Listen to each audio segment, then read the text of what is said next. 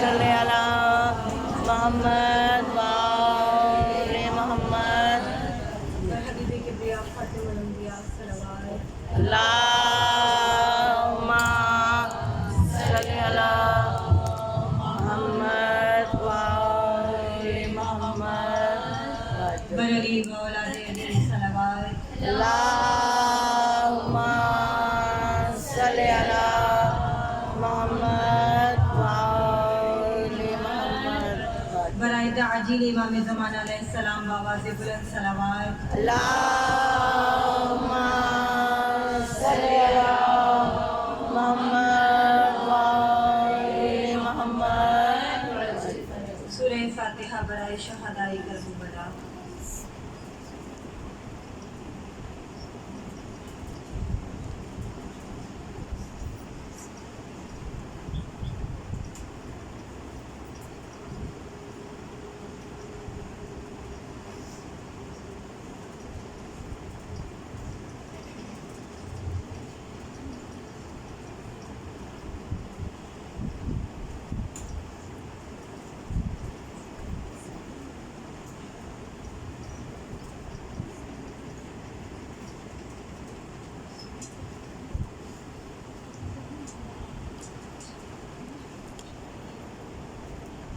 اعوذ باللہ من الشیطان الرجیم بسم اللہ الرحمن الرحیم الحمد للہ رب العالمین والصلاة والسلام علی اشرف الانبیاء والمرسلین وخاتم النبیین وشفیع المذنبین سیدنا نبینا شفیع ذنوبنا حبیب قلوبنا مولانا ابی القاسم محمد اللہم صل علی محمد وآل محمد وعلى أهل بيته الطيبين الطاهرين المعصومين المظلومين إنما يريد الله ليذهب عنكم الرجس أهل البيت ويطهركم تطهيرا اللہم صل علی محمد وآل محمد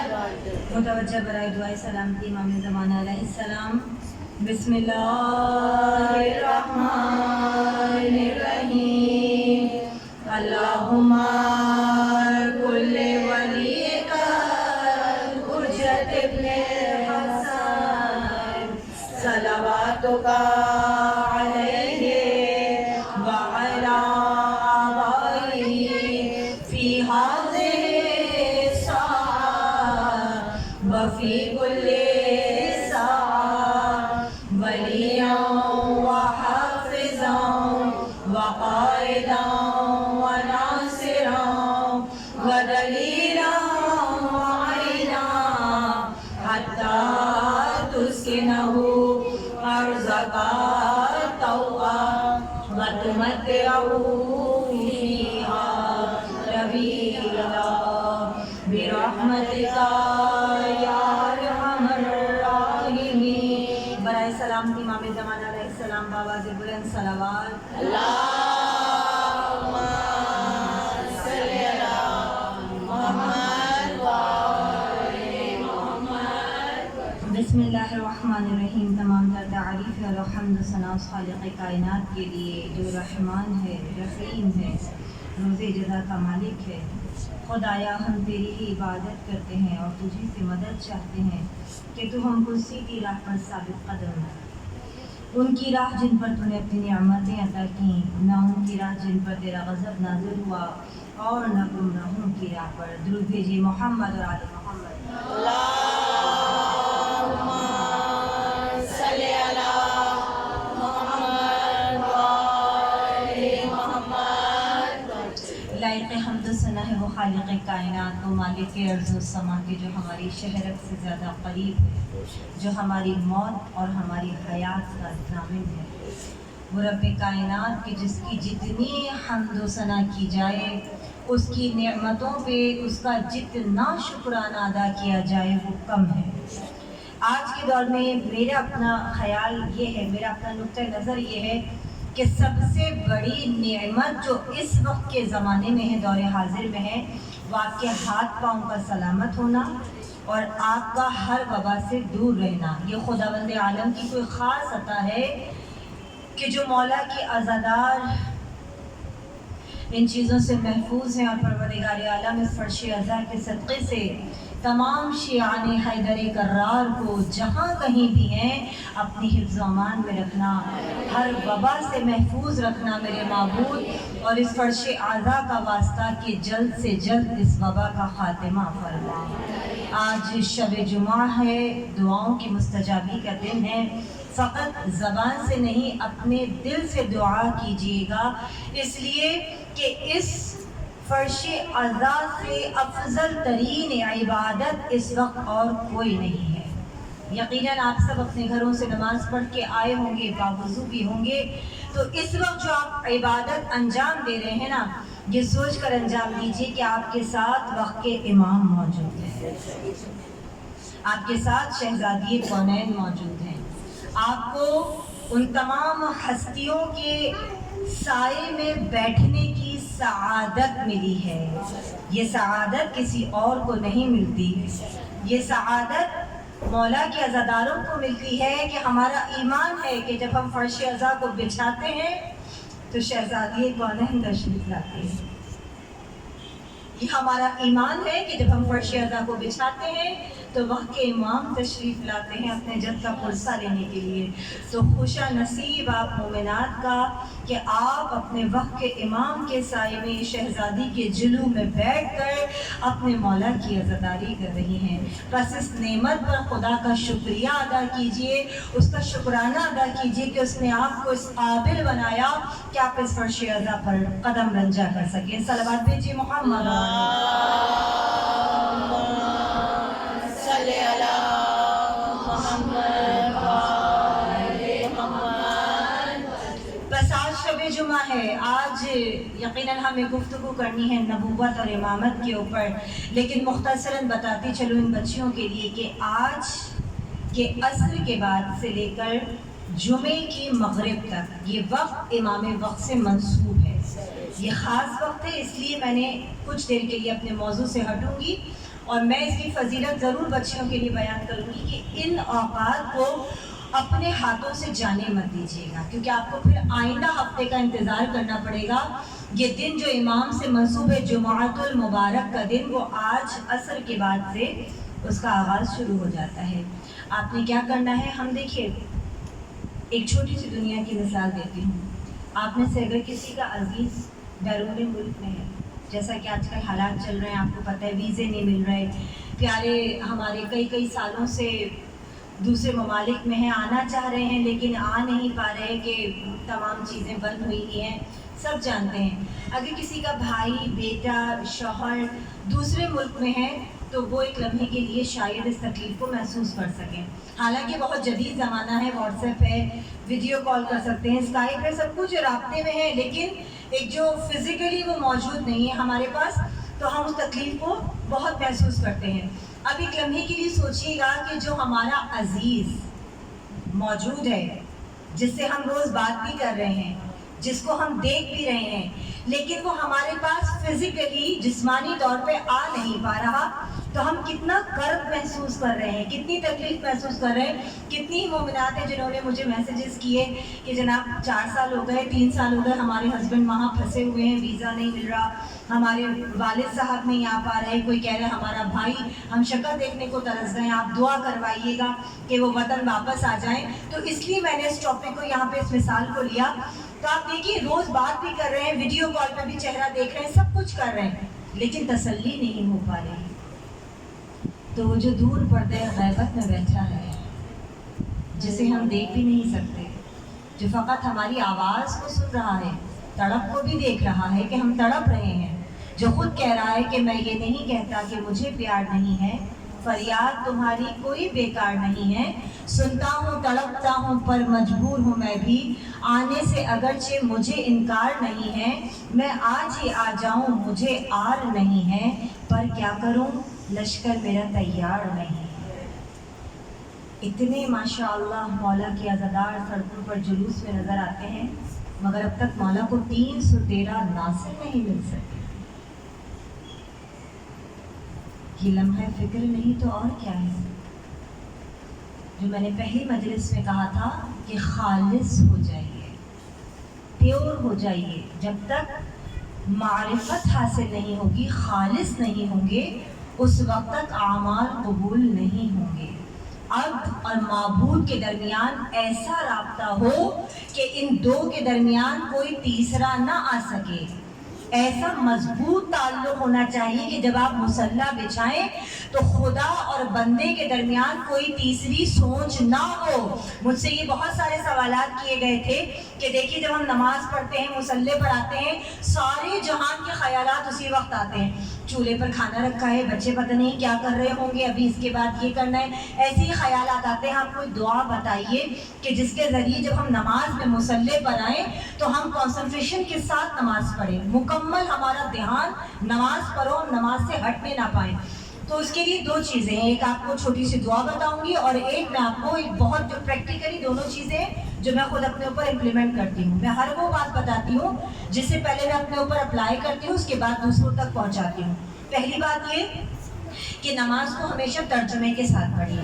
سورہ الحمد کا ترجمہ جو میں آغاز مجلس میں ہر جگہ پڑھتی ہوں، بچپن سے پڑھتی آئی ہوں، مجلس کے آغاز میں سورہ الحمد کا ترجمہ پڑھتی ہوں. جس کو نہیں پتا اس کو بتاتی چلوں. جب آپ دعائیں پڑھیں، سورہ الحمد پڑھیں، سورہ قدر پڑھیں، تو ترجمے کو اپنے ذہن میں دہراتے رہیں. جب آپ الفاظوں کو ان ترجمے پر بٹھاتے رہیں گے، آپ کا ذہن خود بخود کہیں نہیں بھٹکے گا. اپنے سامنے تصور کر لیجئے. دیکھیے اس کی ایک مثال دیتی ہوں. جب بچہ نماز پڑھتا ہے اور امی کہتی ہے بیٹا میں تمہاری نماز دیکھ رہی ہوں، آج تم نماز کیسی پڑھتی ہو. بچے پہ خوف طاری ہوتا ہے، اماں تو ایک تھپڑ لگائیں گی، کیسی نماز پڑھ رہے ہو، یوں کیا نماز تمام. خوف میں پڑھ رہے ہیں کہ نماز اماں دیکھ رہی ہیں، بڑی بہن. تو اگر یہ کانسیپٹ کلیئر ہو جائے کہ جب ہم نماز پر جانماز پر آتے ہیں تو 1,24,000 انبیاء ہمیں دیکھ رہے ہیں، 12 امام ہمیں دیکھ رہے ہیں، خالق کائنات ہمیں دیکھ رہا ہے کہ میرے پاس کس طریقے سے آ رہے ہو، کس خلوص سے آ رہے ہو. تو جب یہ تمام لوگوں کی موجودگی کو آپ ظاہر کرتے ہیں اور سامنے تصور کر لیں کہ خانہ کعبہ ہے، یہ اس کا دروازہ ہے کہ جہاں سے عین اللہ کی ولادت ہوئی. اگر یہ کانسیپٹ کلیئر ہو جائے، سامنے کعبہ نظر آئے، ارد گرد ائمہ معصومین علیہ السلام کا نور نظر آئے، تو ہو نہیں سکتا کہ جانماز پہ ایک عبد اور معبود کے درمیان کوئی تیسرا آ جائے. ہو نہیں سکتا، میں مان نہیں سکتی کہ اگر یہ تصور ذہن میں بیٹھ جائے نا کہ وہ بھی دیکھ رہا ہے، امام بھی دیکھ رہے ہیں، سب دیکھ رہے ہیں، اور سامنے وہ کعبہ کہ جس سے شگافتہ دروازہ ہوتا ہے، دیوار شگافتہ ہوتی ہے، مولا کی ولادت اس مقام پر ہوتی ہے. اگر یہ تمام تصور آنکھوں کے سامنے ہو، خدا کی قسم اس نماز کا لطف ہی الگ ہوتا ہے. ایک عمل تو یہ ہو گیا. دوسرا کیا؟ آیت اللہ مرعشی نجفی فرماتے ہیں کہ جب تم مصلی پر آؤ اور تمہیں یہ لگے کہ تمہارا دھیان کہیں بھٹک جائے گا، تو آغاز نماز سے پہلے ایک مرتبہ اللہ اکبر کہنے سے پہلے ایک مرتبہ سر کو جھکا کر قبلہ رو ہو کر کہنا السلام علیکہ یا ابا عبداللہ الحسین.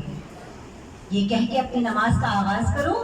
جب تم نماز کو تمام کر لو اور آخری زیارت پڑھنے لگو جو ہم نماز کے بعد پڑھتے ہیں، اس زیارت کے پڑھنے سے پہلے ایک مرتبہ پھر سر کو جھکا کر السلام علیکہ یا ابا عبداللہ الحسین کہنا. ایسا ہو نہیں سکتا کہ تم مصلی پر آؤ، اس خدا سے رابطہ کرو جس کا تعلق حسین ابن علی سے بہت مضبوط تھا. ایسا ہو نہیں سکتا کہ تم ان مولا کو سلام کر کے مصلی پہ آؤ اور تمہارا ذہن کہیں ادھر ادھر بھٹکنے لگے. یہ دونوں چیزیں میری اپنی آزمائی ہوئی ہیں، اس لیے میں نے آپ کو بتائی ہے کہ یقین جانیے اگر کبھی ذہن بھٹکنے بھی لگتا ہے نا غلطی سے، کیونکہ ظاہر انسان ہے تو فوراً دل میں خیال آتا ہے کہ وقت کے امام دیکھ رہے ہیں، ہم تو کعبہ سامنے ہیں، ہمارے ہم کعبے کی اس دیوار کو چھو رہے ہیں، ہم کعبے کے پردے کو چھو رہے ہیں. یہ تمام کانسیپٹ جب کلیئر ہوتے ہیں تو اس نماز کا مزہ ہی کچھ اور ہوتا ہے. صلوات بھیجیے محمد اور آل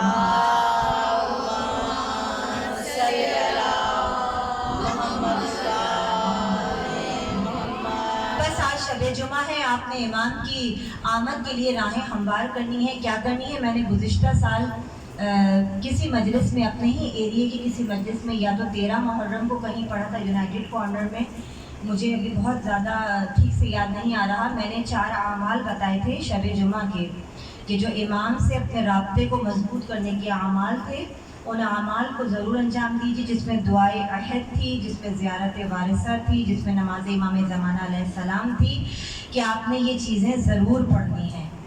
یہ وہ 4 اعمال ہیں کہ جو آپ نے ضرور انجام دینے ہیں اگر آپ چاہتے ہیں کہ واقعتاً امام کا ظہور ہو جائے۔ اور اگر آپ یہ بھی نہیں کر پا رہے تو کچھ نہ کریں، درود کی تسبیح بیٹھ کے نہیں، وضو کر کے نہیں، کچھ کر کے نہیں، برتن دھو رہے ہیں، جھاڑو دے رہے ہیں، روٹی پکا رہے ہیں، درود پڑھتے جائیے اور وقت کے امام کو ہدیہ کرتے جائیے اور کہیے کہ مولا بے شک عمل بہت کمزور ہے لیکن مولا دل میں تڑپ بہت ہے کہ ہم آپ کے ناصرین میں شامل ہیں۔ اور میری ایک چھوٹی سی گزارش ہے، جب ہم ہر سال پڑھتی ہوں یہ بات شاید مومنات بھول جاتی ہیں، جب ہم آخری زیارت پڑھتے ہیں امام زمانہ علیہ السلام کی تو ہم عجل اللہ تعالی فرجک پہ آمین کہتے ہیں، سب پہ آمین کہتے ہیں، لیکن جو خاص دعا ہم اپنے لیے کرتے ہیں وجعلنا من انصارک وعوانک، ہم اس پہ آمین کہنا بھول جاتے ہیں۔ اس کا مطلب کیا ہے؟ پروردگارہ ہمیں امام کے آوان میں، ان کے ناصرین میں شامل فرما۔ اور میں اسی لیے بلند آواز سے الہی آمین 3 دفعہ کہتی ہوں کہ بچیوں کو پتہ چلے اور وہ مجھ سے سوال کریں کہ آپ نے اس پہ آمین کیوں بولا ہے، تاکہ میں بتاؤں ان کو۔ تو آج میں نے ممبر پہ ہی بتا دیا، اس پیغام کو سب جگہ پھیلائیے گا۔ جہاں جہاں مجلس میں آپ زیارت میں دیکھیں کہ 2 چیزوں پہ آمین کہا گیا ہے، یہ ضرور کیجیے گا۔ تو بس امام کی آمد کے لیے راہیں ہموار کریں، بڑوں کا احترام کریں، چھوٹوں سے محبت کریں۔ اور آیت اللہ مراشی نجفی فرماتے ہیں کہ سب سے زیادہ جس چیز کی تاکید امام نے خواب میں آیت اللہ مراشی نجفی کو فرمائی تھی وہ تھی تلاوت قرآن کی۔ امام نے آپ کے خواب میں آپ کو آ کے حکم دیا تھا، بشارت دی تھی کہ میرے چاہنے والوں تک یہ پیغام پہنچا دیں کہ میری غیبت کے زمانے میں جتنا ہو سکے کثرت کے ساتھ قرآن سے تعلق کو مضبوط کریں۔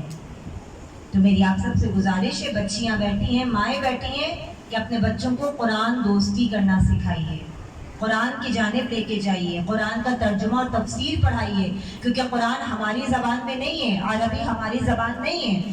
ایسا ہے یا نہیں؟ ہمیں نہیں پتا قرآن میں کیا لکھا ہے۔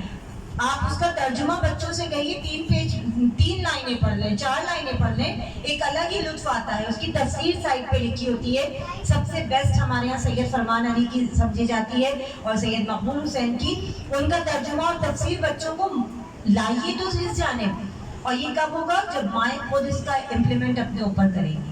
آپ خود قرآن نہ پڑھے اور بچوں سے کہیں بیٹھ کے قرآن پڑھو، کہے گا اماں آپ تو پڑھنے رہی، صبح سے شام تک موبائل میں لگی رہتی ہے۔ تو جب تک آپ خود اپنے اوپر عمل نہیں کریں گے بچے کو نہیں کہہ سکتے۔ تو یہ چھوٹی چھوٹی میری گزارشات تھی۔ امام کی آمد کے لیے راہوں کو ہموار کیجیے، ان اعمال کو انجام دیجیے، یہ ہماری شرعی ذمہ داریاں ہیں۔ اگر واقعتاً چاہتے ہیں کہ اس پرآشوب زمانے میں کہ جہاں قدم قدم پر خطرہ ہے، خوف کی کیفیت ہے، ہم نکلتے تو ہیں گھر سے لیکن ہاتھ ملاتے ہوئے ڈرتے ہیں۔ کوئی ہاتھ بڑھائے تو ہم ہاتھ کھینچ لیتے ہیں کہ ملائیں یا نہیں ملائیں، لاکھ ہینڈ سینیٹائز ہو، سب کچھ ہو، ماسک لگا ہوا ہو، لیکن ایک انجانا سا خوف ہوتا ہے۔ تو ایسے میں کیا ہمارے وارث کو نہیں آ جانا چاہیے؟ کیا نہیں دل چاہتا کہ ہم سکون والی زندگی گزاریں؟ ایسی زندگی جس میں بے فکری ہو، آرام ہو، نعمتیں ہی نعمتیں ہوں۔ تو بلائیے الحجر یا امام کہہ کر، زبان سے نہیں، دل سے نہیں، دل سے نہیں، عمل سے بلائیے کہ مولا ہم آپ کی آمد کے لیے راہیں ہموار کریں گے۔ مولا ہم زبانی نہیں کہیں گے آ جائیے آ جائیے، انشاءاللہ مولا آج ہم اس فرش ارضا پر عہد کر کے جاتے ہیں کہ ہم وہ اعمال انجام دیں گے۔ سب سے زیادہ درگزر کرنے کی کوشش کیجیے، ایک دوسرے کی باتوں کو درگزر کیا کریں، اپنے دل کو وسیع کیجیے۔ 4 برتن ایک جگہ ہوتے ہیں، کھٹکتے ہیں یقیناً، لیکن جب تک درگزر نہیں کریں گے زندگی تنگ ہوتی چلی جائے گی۔ معاف کرنا سیکھیے، اپنے قلب کو وسیع کیجیے، اپنے اخلاق کو بلند کیجیے، بڑوں کا احترام کیجیے، بچوں پر شفقت کیجیے، یتیموں کی کفالت کیجیے، یتیموں کا احترام کیجیے۔ یہ سب امام کی آمد کے لیے راہیں ہموار کرنے کے ذریعے ہیں۔ پروردگار ہم سب کو توفیق عطا فرمائے کہ ہم اپنے امام کی نصرت کے لیے، کہ جب امام استغاثہ بلند کرے حل میں ناصر کہہ کے، تو ہم اپنے امام کی آواز پر کہیں لبیک یا امام۔ صلوات بھیجئے محمد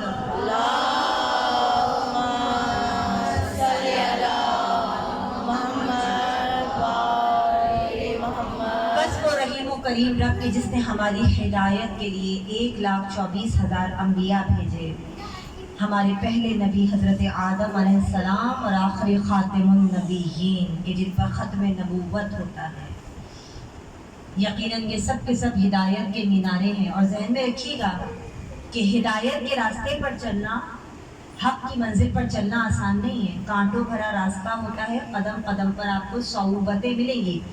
اگر کبھی وقت ملے تو قصص الانبیاء اٹھا کر پڑھیے گا، آپ کو پتہ چلے گا کہ 1,24,000 انبیاء نے اس دین کی تبلیغ میں کتنے مصائب اٹھائے ہیں، کتنی تکلیفیں اٹھائی ہیں۔ جو مشہور ترین تذکرہ لیا جاتا ہے وہ حضرت نوح علیہ السلام کا لیا جاتا ہے۔ بے شمار مرتبہ آپ نے سنا ہوگا، اصلی نام تھا عبد الغفار، مگر اتنی کثرت سے نوحہ کیا کیوں؟ 950 برس بہت ہوتے ہیں۔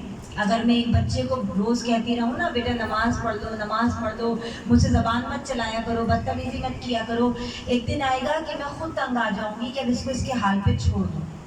ایک دن، ایک ہفتہ، ایک سال کام کروں گی، پھر میں چھوڑ دوں گی کہ اب اس کو اس کے حال پہ چھوڑ دوں۔ اور جس نے 950 سال تبلیغ کی ہو خدا کی، اور بدلے میں جانتے ہیں کیا ملتا تھا؟ اتنے پتھر آتے تھے حضرت نوح علیہ السلام کے اوپر کہ آپ ان پتھروں کے اندر دب جاتے تھے، چھپ جاتے تھے۔ اتنے پتھر، اتنی کثرت سے آپ نوحہ کرتے تھے اپنی امت کے اوپر کہ اللہ کو آپ کا وہ گریہ کرنا اتنا پسند آیا کہ نام ہی آپ کا نوح پڑ گیا، نوحہ کرنے والا، گریہ کرنے والا، حالانکہ عبد الغفار نام تھا۔ یہ ہماری تاریخ ہے بیٹا، اس سے ہمیں واقفیت ہونی بہت ضروری ہے۔ ہماری جان قربان مولا کے فضائل پر انشاءاللہ میرے بعد ذاکرائیں آئیں گی، مولا کے فضائل بھی ہوں گے، یہ بھی فضائل ہیں۔ اگر اس سے ہمیں اویئرنیس نہیں ہوگی تو پھر کب ملے گی؟ ہمارے پاس تو اتنا وقت نہیں ہے کہ ہم بیٹھ کے کتابیں موٹی موٹی پڑھیں۔ تو اگر ذاکر ممبر سے آپ کو اس طرح کی کوئی بات بتائے تو اس کو اپنے دماغ میں بٹھا لیجئے کہ فقط ہماری زندگی نعرہ حیدری پر نہیں ہے، یقیناً وہ ہماری جان ہے، وہ ہماری روح ہے، وہ ہمارے جسم میں خون کی روانی کو تیز کرتا ہے، ہماری جان قربان اس نام پر۔ لیکن ہمیں تاریخ سے بھی کچھ واقفیت ہونی چاہیے۔ کہتے ہیں کہ اللہ نے ہر نبی کو کچھ نہ کچھ صفات اور کمالات کا مظہر بنا کر بھیجا، اور تمام صفات اور کمالات آخر میں ضبط کر دیے ذات محمد مصطفیٰ صلی اللہ علیہ وآلہ وسلم۔ اللہم صلی علی محمد۔ تمام انبیاء کے جتنے ذات صفات تھے، جتنے کمالات تھے، ان سب کا مظہر رسول اللہ کی ذات تھی، اور رسول اللہ نے اپنے تمام صفات، کمالات اور علم کا مظہر ذات علی ابن ابی طالب علیہ السلام کو بنایا۔ سب جانتے ہیں۔ بس آج ایک نبی کا تذکرہ کرتی چلو کیونکہ دامن وقت میں اب اتنی گنجائش نہیں ہے۔ حضرت عیسیٰ علیہ السلام، یہ ان کا تذکرہ میں نے کیوں لیا یہ میں آپ کو واقعے کے آخر میں بتاؤں گی، کسی مماثلت کی بنا پر لیا ہے میں نے۔ بہت سارے نبی گزرے ہیں۔ ابھی میں قصص الانبیاء پڑھ رہی تھی تو مجھے جناب حزقیل علیہ السلام کا ایک واقعہ اتنا اچھا لگا، ایسا لگا تھا اسی دور کا واقعہ ہے۔ آج کووڈ کی بیماری پھیلی، اس وقت تعاون کی بیماری پھیلتی تھی، اور ایسے ہی لوگ دھڑا دھڑ مرتے تھے، بستیاں ویران ہوتی تھی۔ تو میں قصص الانبیاء میں جناب حزقیل کا پڑھ رہی تھی۔ حضرت موسیٰ علیہ السلام کی بعد تیسرے نبی گزرے ہیں بنی اسرائیل کے، لیکن اس کو میں اسکپ کر کے حضرت عیسیٰ علیہ السلام کے ایک واقعے پر آتی ہوں کہ اللہ نے ہر نبی کو ایک معجزہ عطا کیا۔ حضرت عیسیٰ علیہ السلام کون؟ روح اللہ، جن کے اوپر اللہ نے انجیل کو نازل کیا۔ کہتے ہیں ان کا معجزہ یہ تھا کہ وہ اللہ کے حکم سے مٹی کے پرندے بناتے تھے، اور خدا نے ان کو اسم اعظم ایسا تعلیم دیا تھا کہ جب وہ اسم اعظم پڑھتے تھے تو وہ بے جان مجسمہ جاندار ہو جاتا تھا۔ مولائے متقیان نہج البلاغہ میں ارشاد فرماتے ہیں، اللہم صلی علی محمد وآل محمد، امام فرماتے ہیں کہ 6 جاندار ایسے ہیں جو بطن مادر سے پیدا نہیں ہوئے، 6 جاندار، ان میں سے ایک جاندار یہ ہے جسے حضرت عیسیٰ علیہ السلام نے بنایا تھا۔ وہ کون سا جانور تھا؟ چمگادڑ تھی۔ جسے حضرت عیسیٰ علیہ السلام نے مٹی کا مجسمہ بنایا اور اللہ نے حکم دیا کہ اے عیسیٰ کیا تم چاہتے ہو کہ یہ زندہ ہو جائے؟ تو حضرت عیسیٰ علیہ السلام نے کہا ہاں پروردگارا، اگر تیرا اذن ہوگا، اگر تیرا حکم ملے گا تو یقیناً یہ زندہ ہو جائے گا۔ خالق نے حضرت عیسیٰ علیہ السلام کو ایک اسم اعظم تعلیم کیا وحی کے ذریعے۔ حضرت عیسیٰ علیہ السلام نے اس چمگادڑ کے اوپر وہ اسم اعظم پڑھا اور وہ زندہ ہو کر پرواز کرتے رہے۔ یہ معجزہ عطا ہوا تھا۔ دوسرا معجزہ کیا تھا؟ حضرت عیسیٰ کا دوسرا معجزہ یہ تھا کہ آپ نابینا لوگوں کو، معذور لوگوں کو، مبروس لوگوں کو، جنہیں برس کی بیماری ہوتی ہے، انہیں شفا دیتے تھے۔ ابو سمالی کہتے ہیں کہ ایک وقت میں 30,000 مریض حضرت عیسیٰ علیہ السلام کے ہاتھوں شفایاب ہو کر جاتے تھے، اور اگر کوئی آ نہیں پاتا تھا تو اللہ کے حکم سے حضرت عیسیٰ جاتے تھے اور ان کو شفایاب کرتے تھے۔ 3 مردے ایسے تھے کہ جن کو مرنے کے بعد، قبر میں دفن کرنے کے بعد حضرت عیسیٰ علیہ السلام نے، یہ میں کسی بات کے لیے اپنی راہ کو ہموار کر رہی ہوں، وہاں تک میرے ساتھ چلیے گا۔ پہلے جناب آزر تھے، حضرت عیسیٰ کے دوست تھے، ان کا انتقال ہو گیا تھا، 3 دن ان کو دفنائے ہوئے ہو گئے۔ جب 3 دن ان کو دفنائے ہوئے ہو گئے، حضرت عیسیٰ اس وقت شہر میں نہیں تھے۔ جب واپس آئے تو پتہ چلا کہ ان کا دوست آزر اس دنیا میں نہیں ہے۔ بہن سے ان کی قبر کا پوچھا، قبر پہ آئے اور ایک مرتبہ اللہ کے اذن سے ایک اسم اعظم کو پڑھا، قم باذن اللہ کہا، قبر شگافتہ ہوئی اور جناب آزر سلامت زندہ باہر آ گئے۔ اور اس کے بعد وہ اتنا سلامت رہے کہ ان کے کئی بیٹے ہوئے، ان کی نسلیں چلی۔ اسی طریقے سے اور لوگ تھے کہ جن کو حضرت عیسیٰ علیہ السلام نے زندہ کیا۔ ایک قوم آئی حضرت عیسیٰ علیہ السلام کے پاس اور کہا اے عیسیٰ، ہمارا مردہ فلاں فلاں مقام پر، مسلمان نہیں تھے، یعنی اللہ کو نہیں مانتے تھے، کہا کہ ہمارا مردہ فلاں مقام پر پڑا ہے، آپ ذرا ہمارا مردہ زندہ کر دیجئے۔ ایک مرتبہ حضرت عیسیٰ علیہ السلام نے سوال کیا، اگر میں تمہارا مردہ زندہ کر دوں تو کیا تم میرے خدا کو ماننے لگو گے؟ کہا ہاں، ہم آپ کے خدا پر ایمان لے آئیں گے۔ بس حضرت عیسیٰ علیہ السلام نے اسم اعظم کو پڑھا، ٹھوکر ماری، مردہ زندہ ہو گیا، پورا کا پورا قبیلہ مشرف با اسلام ہو گیا، توحید کی جانب آ گیا۔ میں کہوں گی وہ کافر تھے، وہ کافر تھے اور نبوت پر ایمان لے آئے، معجزے کو مان لیا، اللہ کی وحدانیت کا اقرار کر لیا، اور یہاں صحبت رسول میں بیٹھنے والے تھے، اور جب علی نے کسی زندہ کا جنازہ پڑھایا، وہ مردہ ہو گیا، کہا اے ضعیفہ دیکھ لے تیرا بیٹا زندہ ہے بھی یا نہیں۔ ادھر علی نے نماز جنازہ پڑھائی، مردہ زندہ سے مردہ ہو گیا۔ بڑھیا سر پہ ہاتھ مار کے کہتی میرا تو ایک ہی بیٹا تھا، میرا تو ایک ہی بیٹا تھا۔ سب جانتے ہیں کون کون تھے اس جنازے میں، وہ لوگ تھے، پڑھا لکھا مجمع میرے سامنے ہے، یہاں تک مجھے لانا تھا، وہ لوگ تھے جو صحبت رسول میں، پہلو رسول میں بیٹھتے تھے۔ سامنے مردہ پڑا ہے، ضعیفہ رو رہی ہے، ایک ہی بیٹا تھا، اب کیا کروں، اب کیا کروں۔ تماشا کرنا چاہتے تھے، لوگوں کو دکھانا چاہتے تھے۔ بس مولا کائنات نے ایک مرتبہ انہی لوگوں کے سامنے کی جو صحبت رسول میں بیٹھتے تھے، ایک مرتبہ اس جوان کو ٹھوکر ماری، قم باذن اللہ کہا، اور وہ جوان سلامت ہو گیا۔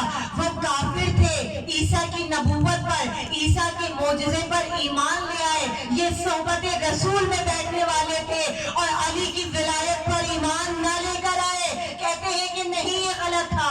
کب بشر واقف اسرار جلی بنتا ہے، یہ کیا جانے علی کیا ہے، میرا مولا کیا ہے۔ کب بشر واقف اسرار جلی بنتا ہے، مردہ ٹھوکر سے جلائے تو ولی بنتا ہے۔ اور کوئی انسان شب ہجرت بڑے آرام کے ساتھ، کوئی انسان شب ہجرت بڑے آرام کے ساتھ بستر موت پہ سوئے تو علی بنتا ہے۔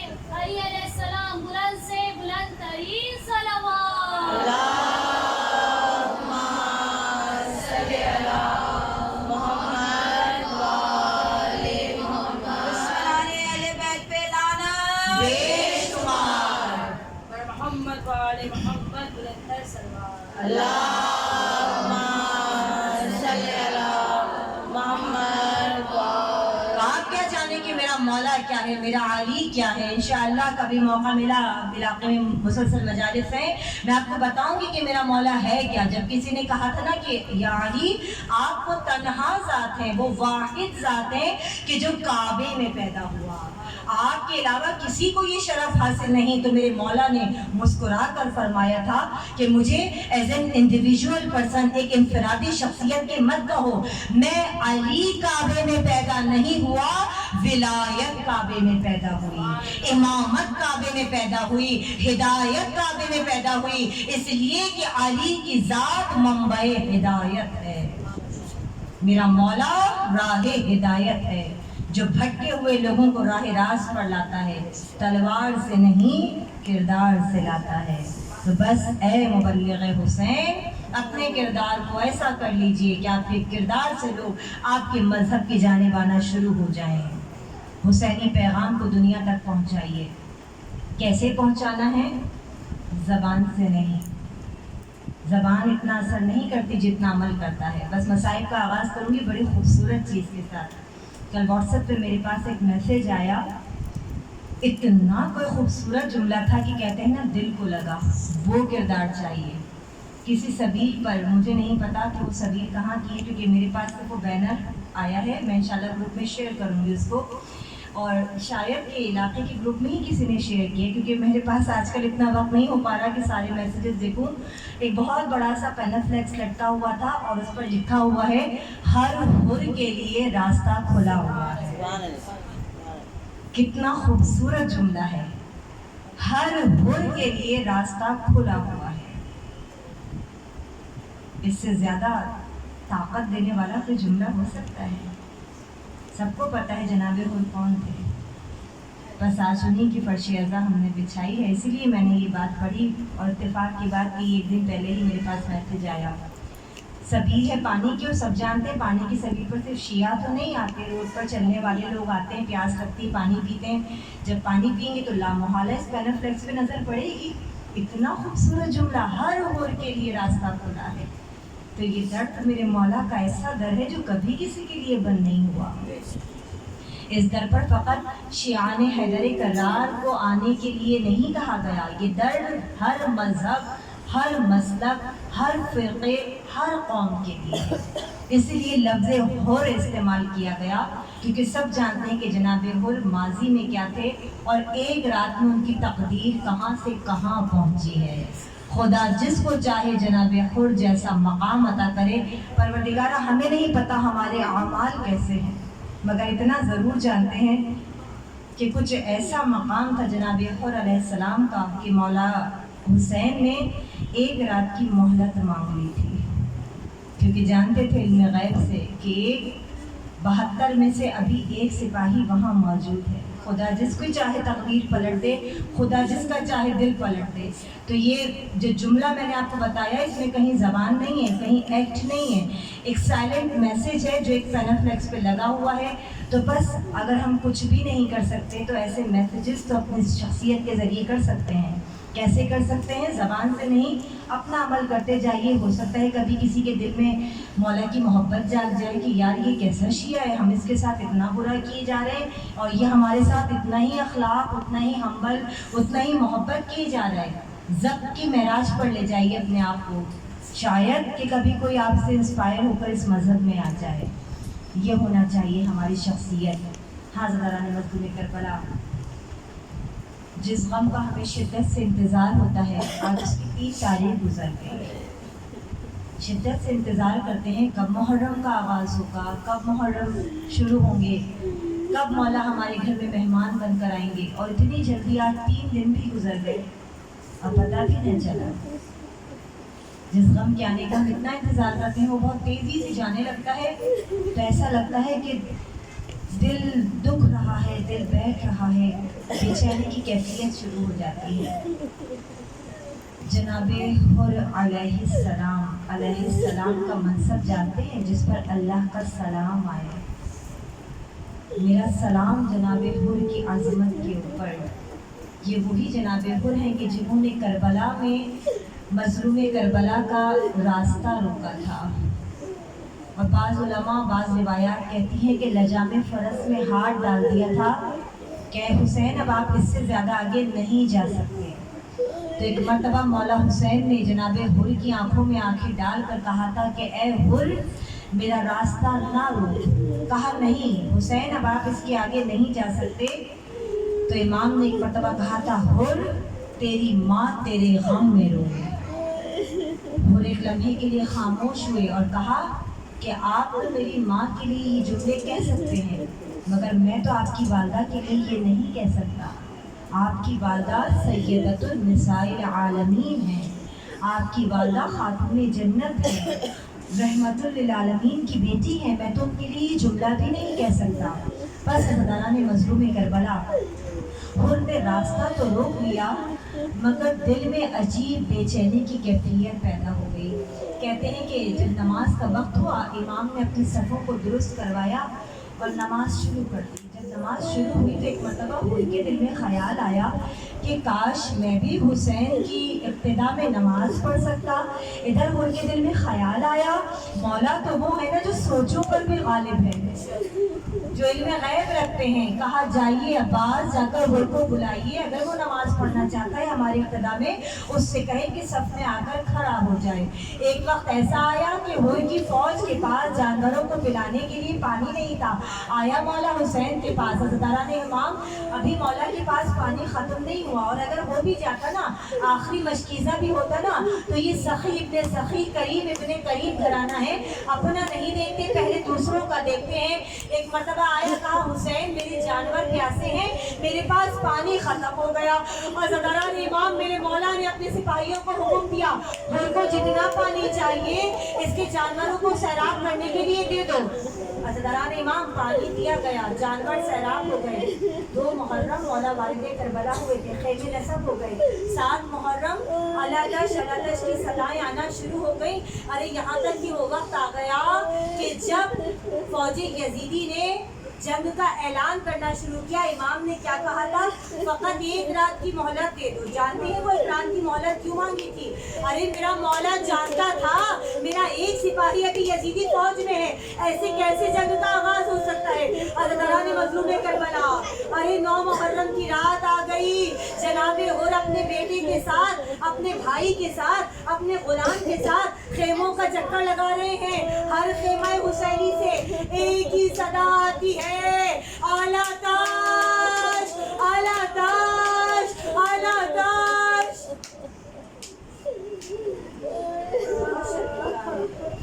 دل میں خیال کرتا ہے کاش میں نے حسین کا راستہ نہ روکا ہوتا، آج حسین کے بچے ایسے پیاسے نہ ہوتے۔ بس عجیب بے چینی کی کیفیت ہے، بار بار ٹہل رہے ہیں جناب حر۔ ایک مرتبہ بیٹے سے کہتے ہیں بیٹا میں جا رہا ہوں۔ کہا بابا کہاں جا رہے ہیں؟ کہا میں نے بہت زندگی گمراہی میں گزار دی، آج میں حق کی جانب جا رہا ہوں۔ کہا بابا کہاں جا رہے ہیں؟ کہا مجھے حسین کا ساتھ دینا ہے، اگر میں حسین کا راستہ نہ روکتا آج حسین کے بچے ایسے پیاسے بلکتا رہے ہوتے کہ سب کچھ میری وجہ سے ہوا ہے۔ اللہ جانے حسین ابن علی مجھے معاف بھی کریں گے یا نہیں کریں گے۔ عزاداران امام ایک مرتبہ بیٹے سے کہا بیٹا میرے دونوں ہاتھ باندھ، یہ کرسا کوئی عام کرسا نہیں ہے، میرا دل کہتا ہے شہزادی کون ہے جناب حر کا کرسا لے کر جانتے ہیں کیوں؟ کہ حر وہ ہستی ہے کہ جن کے ماتھے پر رومال سیدہ بنا ہوا ہے، اس سے بڑی سعادت اور کیا ہوگی؟ تو شہزادی ہم بے شک بہت گناہگار ہیں، بہت خطا کار ہیں، مگر بی بی ہم آپ کی شفاعت کے خواہش مند ہیں۔ ہم یہ دعا کرتے ہیں کہ بی بی ہمارے لاکھ گناہ ہو لیکن بی بی ہماری بھی شفیع بن جائیے گا جس طرح جناب ان کی شفاعت کروائی تھی آپ نے۔ بس حضرات ایک مرتبہ بیٹے سے ہاتھوں کو بندھوایا جناب حر نے اور کہا کہ بیٹا گھٹنیوں کے بل چل کے جاؤں گا جیسے کوئی مجرم جاتا ہے۔ ادھر سے امام حسین علیہ السلام نے ارے جناب عباس سے کہا بھائی جاؤ میرا مہمان آ رہا ہے۔ کہا یزیدی لشکر کی جانب سے کون مہمان آ رہا ہے؟ کہا جس کے لیے ہم نے 1 رات کی مہلت مانگی۔ باپ نے چلنے کا ارادہ کیا، کہا بیٹے نے کہا بابا جب تک آپ نے جہنمی زندگی گزاری مجھے اپنے ساتھ رکھا، آپ جب جنت کی طرف جا رہے ہیں تو مجھے کیوں چھوڑ کر جا رہے ہیں؟ بابا میں آپ کے ساتھ چلوں گا۔ بھائی آگے بڑھا، کہا مجھے بھی ساتھ لے چلیے۔ غلام نے کہا آقا مجھے بھی لے چلیے۔ بس جناب حر آگے آگے ہیں، بیٹا آپ کے ساتھ ساتھ ہے۔ کہتے ہیں کہ مولا عباس نے دیکھا کہ جناب حر آ رہے ہیں، ایک مرتبہ بیٹے سے پوچھا حر نے کون ہے؟ کہا کہ قمر بنی ہاشم ہے، امام حسین کی فوج کے سالار ہیں۔ ارے کہا اعلان کر دو مولا، ہم جنگ کرنے نہیں آ رہے مولا، ہم تو معافی مانگنے آ رہے ہیں۔ ارے بیٹے نے اعلان کیا۔ ارے غازی نے کہا نہیں حر، میں تمہیں خوش آمدید کرنے کے لیے آیا ہوں۔ عزادارو جناب حر خیمہ امام حسین میں آئے، مولا کے قدموں میں گر گئے۔ مولا مجھے معاف کر دیجیے مولا، نہ میں آپ کا راستہ روکتا، نہ آپ کے بچے پیاسے ہوتے۔ کہا جاؤ، ہم نے تمہیں معاف کیا۔ ہوگا ایسا کوئی کریم مولا، ہوگا کوئی ایسا کرم کرنے والا مولا، ایک لمحے میں معاف کر دیا۔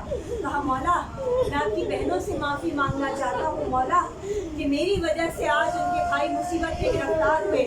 عزاداران امام جب صبح کا آغاز ہو نا طبلِ جنگ بجا، تو ایک مرتبہ جناب حر نے کہا مولا میں بھی آپ کے انصار میں شامل ہونا چاہتا ہوں۔ ایک مرتبہ بیٹے نے کہا بابا پہلے مجھے جنگ کی اجازت دلوائیے آقا حسین سے۔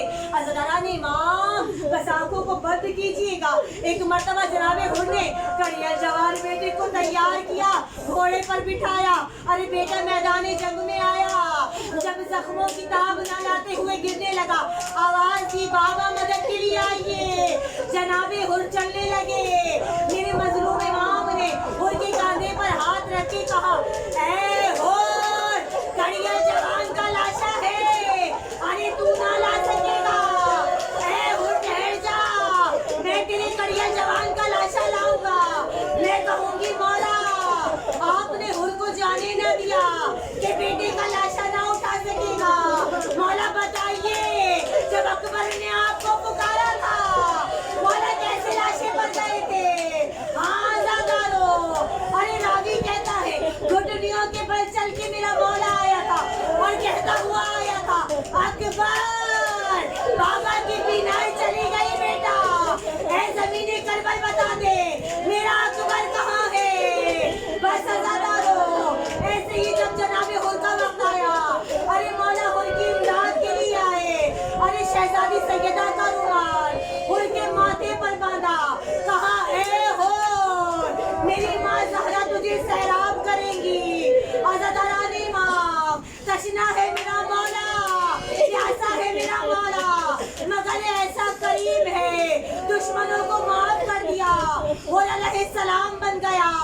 ارے زینب جناب حر کے ماتم میں روئی، حر کے بیٹے کا ماتم کیا۔ میں کہوں گی شہزادی زینب آپ نے جناب حر کا ماتم کیا، حر کے بیٹوں کا ماتم کیا، مگر ہائے کربلا جب اکبر کا لاشا آیا، پالنے والی ماں میت پہ گر گئی۔ اکبر تیرا چہرہ دیکھنے کی بہت تمنا۔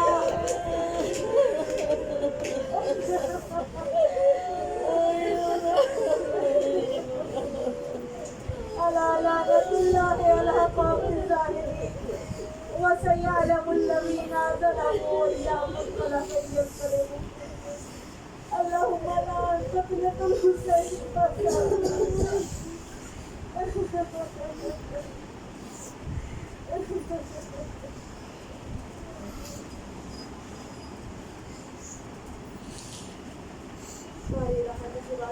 محمد محمد علیہ السلام، ہم گناہ گاروں کی اس قلیل عبادت کو اپنی بارگاہ میں قبول کرتے ہیں۔ بار الہ تجھے واسطہ ہے بیماری کربلا اور بیماری مدینہ کا، ان مومنین مومنات جو بیمار ہیں ان کو جلد سے جلد شفائے کاملہ عطا فرما۔ پروردگارہ تجھے واسطہ ہے شہزادین اکبر کی جوانی کا، تمام بہنوں کے بھائی تمام ماں کو کلیہ جماعت سلامت ہے۔ بار الہ تجھے واسطہ ہے کربلا کی ماں کا، تجھے واسطہ ہے شہزادیوں میں رواں کی وجود گود کا، ہر ماں کی گود کو آباد رکھنا، اور جو بے اولاد مومنین ان کو جلد سے جلد نیک و صالح اولاد عطا فرما۔ پروردگارہ تجھے چادر زینب کا واسطہ، ہر بیوی کی چادر کا محافظ سلامت رہے، اور جو بے پردہ خواتین انہیں چادر زینب کے صدقے سے پردہ کرنے کی توفیق عطا فرما۔ پروردگارہ تجھے واسطہ ہے فرش عطا کا، تمام شیعان حیدر کرار جہاں کہیں ہیں سب کو اپنے حفظ و امان میں رکھنا، ان سب کی جائز حاجات کو اپنی بارگاہ میں قبول فرمانا۔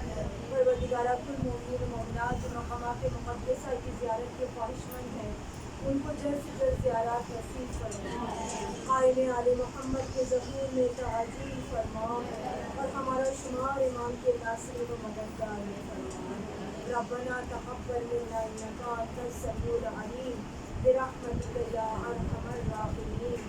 اللہم صل علی محمد و آل محمد وعجل فرجهم اجمعین۔